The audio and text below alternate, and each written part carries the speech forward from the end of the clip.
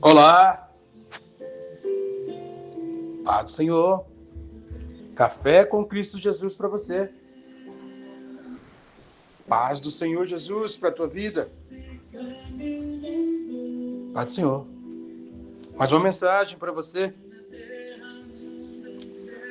Mais uma mensagem de Deus para a tua vida, para a sua estrutura, para o teu crescimento. Este é um trabalho que eu tenho feito, irmãos, para que a mensagem de Deus possa te alcançar. Para que você possa ser alcançado pela palavra de Deus. E que possamos nos fortalecer na verdade, caminharmos na verdade e esperarmos ansiosamente a volta de Cristo. É por isso que eu faço esse café com Cristo Jesus. Para que você seja tocado pela palavra de Deus. Que a palavra de Deus possa aí entrar pelos teus ouvidos, não simplesmente ficar nos ouvidos, mas que ela possa ser escrita na tábua do teu coração. Que você possa sempre lembrar de Deus, mesmo em momentos difíceis. Muitas vezes passamos por lutas e provas, o desânimo, o cansaço, a fadiga toma conta dos nossos corações, não é verdade? Mas se estamos em Deus e buscamos Deus, Ele sempre abre uma porta para nós passarmos. Hoje nós vamos falar sobre a graça, irmãos. Porque a religiosidade, ela tem tirado a graça de nós. A religiosidade, ela tem colocado muito mais valor sobre as leis mosaicas, as leis lá do Velho Testamento, do que a graça que nos foi dada, irmãos. A graça nos foi dada. A graça, ela foi oferecida de Deus para nós. Porque as pessoas não entendem que nós não temos nenhum mérito sobre a graça. A graça é o dom, é algo de Deus para nós, algo de Deus para você e algo de Deus para mim. A graça foi oferecida por Deus para nós. Deus nos ofereceu a graça para que nós venhamos a ter plano de salvação nele. Não tem mérito humano. Qualquer coisa que me oferecer a fazer aqui para me melhorar, para me mudar, ou para me estruturar a minha graça, eu digo para você que é mentira. Porque a graça é de Deus para a humanidade. Não é da religião para a humanidade. Não são obras. Não é presença no culto, na igreja. É graça de Deus. A graça de Deus dada por nós. É por isso que o amor de Deus nos constrange. Porque nós não conseguiremos ter o amor que Deus teve por nós, entregando o seu Filho ali na cruz para morrer por nós, para nos dar essa maravilhosa graça, que está lá em João 3,16. Porque Deus amou o mundo de tal maneira que deu o seu Filho unigênito, para todos aqueles que nele crer não pereça, mas tenha a vida eterna. É o amor de Deus para você, é o amor de Deus para mim. É por isso que nós temos essa graça, e é por isso também que o amor de Deus nos constrange. Lá no Evangelho de João 1,14, nos fala assim: aquele que é a palavra tornou-se carne e viveu entre nós. Vimos a sua glória, como a glória do unigênito do Pai, cheio de graça e verdade. Ele veio para nos dar a graça. A graça estava nele. A graça foi derramada em nós por ele.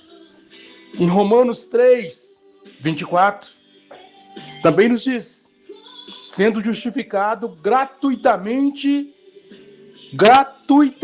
na sua graça, por meio da redenção que há em Cristo Jesus.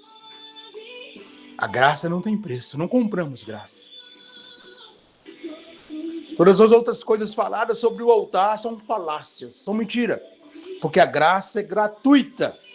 Não é do dízimos, não é das ofertas, não é das obras, não é da presença dentro de um culto.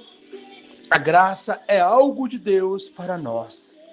E lá em Efésios 2, 8 e 9 também nos fala assim: pois vocês são salvos pela graça, não é mais pela lei, por meio da fé. E isso não vem de vocês. É dom de Deus, não por obras, para que ninguém se glorie. Porque se fosse por obra, e se fosse por mérito humano, cada um achava que estava num pedestal diferente. Eu faço a minha obra, então eu estou no tal degrau. Eu tenho um tal mérito dentro do culto, dentro da igreja, ou dentro do templo, então eu estou em tal degrau. E não é, nós estamos todos no mesmo degrau, esperando a salvação do Senhor. Lá em 2 Timóteo também nos diz assim, irmãos: portanto, vocês são meus filhos, fortifique-se na graça que há em Cristo Jesus. A graça é salvífica, irmãos. Por isso que Deus não quer perder ninguém. Por isso que Jesus está acima das religiões. Porque quando nós olhamos para a graça, nós não olhamos para uma bandeira de igreja. Quando nós olhamos para a graça de Cristo, nós não olhamos para a mão de um homem, para a mão de um pastor, de um líder. Quando nós olhamos para a graça, nós olhamos para o feito de Cristo Jesus. O feito de Cristo Jesus, que foi a morte de cruz. E lá em Tito 2:11 também nos diz assim: porque a graça de Deus se manifestou salvadora a todos os homens. Então, através de Cristo, o profeta está nos falando aqui que recebemos a salvação. Não é porque você aceitou Jesus, ou não é porque você está dentro de uma igreja cultuando, ou porque você é um líder, ou porque você tem uma responsabilidade dentro de um templo. Isso não aumenta e nem muito menos diminui o teu mérito. O que nos leva à plena salvação das nossas almas é nós reconhecermos Jesus como o único e suficiente Salvador das nossas almas e nós caminharmos na presença dele. Nós estarmos na presença dele. Nós entregarmos as nossas vidas para ele todos os dias. Nós aceitarmos ele em nós. Porque muitas das vezes aceitamos ele em nós superficialmente. Porque queremos viver a Cristo, as coisas de Cristo, queremos participar dos cultos, mas também queremos viver o mundo. Queremos os prazeres do mundo. Queremos as festas, queremos as orgias, queremos os pecados que estão lá fora. Mas quando realmente aceitamos a Cristo, quando realmente o confessamos, e o aceitar não é aceitar de lábios vazios. Esse aceitar não é aquele aceitar dentro de um templo quando é oferecido para você. É aceitar, é abrir o teu coração para que Cristo venha fazer morada em você. E morremos para o pecado e vivemos para Cristo. Esse é o verdadeiro aceitar. E quando realmente aceitamos a Cristo e o confessamos como o nosso único Salvador das nossas almas, nós estamos recebendo também a graça do Senhor em nós. Recebemos a graça do Senhor em nós. E também lá em Hebreus 4:16. Hebreus 4:16 também nos diz: assim, aproximamo-nos do trono da graça, com toda a confiança, a fim de recebermos misericórdia e encontrarmos graça que nos ajude nos momentos de necessidade. Deus já sabia, a sua plenitude já sabia que nós iríamos passar por lutas e provas. Porque a palavra também nos diz que nesse mundo teremos aflições. Deus já sabia na sua plenitude que nós iríamos passar por dificuldade. Deus já sabia na tua plenitude que nós iríamos passar por lutos. Deus já sabia na tua plenitude que nós poderíamos variar na presença dele. ficarmos fracos, ficarmos fortes, com anseio de desistir, com anseio de fortalecer, com anseio de buscar, com anseio de não buscar. Deus já sabia disso tudo. E é por isso que Ele nos deixou conosco o Espírito Santo dele, para que nós venhamos nos fortalecermos. A cada dia, a cada amanhecer, a cada nascer do sol, é uma nova esperança, irmãos. Aqueles que estão enfermos, pode ser curado. Aqueles que estão em luto, mesmo não esquecendo do luto, mesmo não esquecendo da perda, pode ainda encontrar, pode nascer um novo sorriso no rosto. Pode renascer uma vida nova ali naquela pessoa que está em luto. Aquelas pessoas que estão passando por dificuldade, que estão tristes, que estão passando por necessidade, por guerras, por problemas domésticos, por problemas familiares.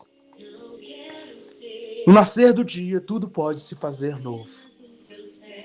E é por isso que tem o Espírito Santo. É por isso que o Espírito Santo de Deus manifesta em nós. Há muitos que acham que o Espírito Santo está lá na igreja, em cima do púlpito. Há muitos que acham que o Espírito Santo está lá nas paredes do templo. Outros acham que o Espírito Santo está nas mãos dos líderes, dos pastores. Mas o Espírito Santo de Deus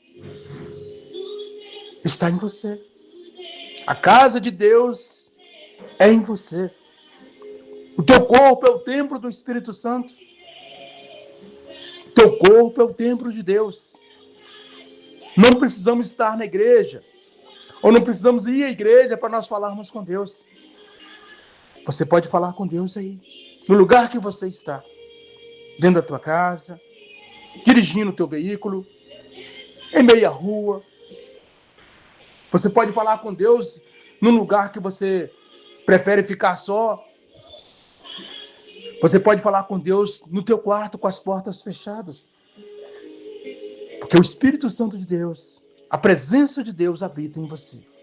A presença do Senhor está em você. Senhor Jesus, abençoa essa vida, abençoa esse ouvinte, ó Pai. Fortaleça ele na tua presença, Pai. Mostra para ele, Pai, ou para ela, meu Deus, que nós temos uma graça não merecida. E que nós precisamos valorizar essa graça, Senhor. Que não requer mais sacrifício, não requer mais sofrimentos religiosos, não requer mais depositar dinheiro no caça-filácio para nós recebermos algo vindo do Senhor, mas simplesmente aceitarmos o Senhor em espírito e em verdade.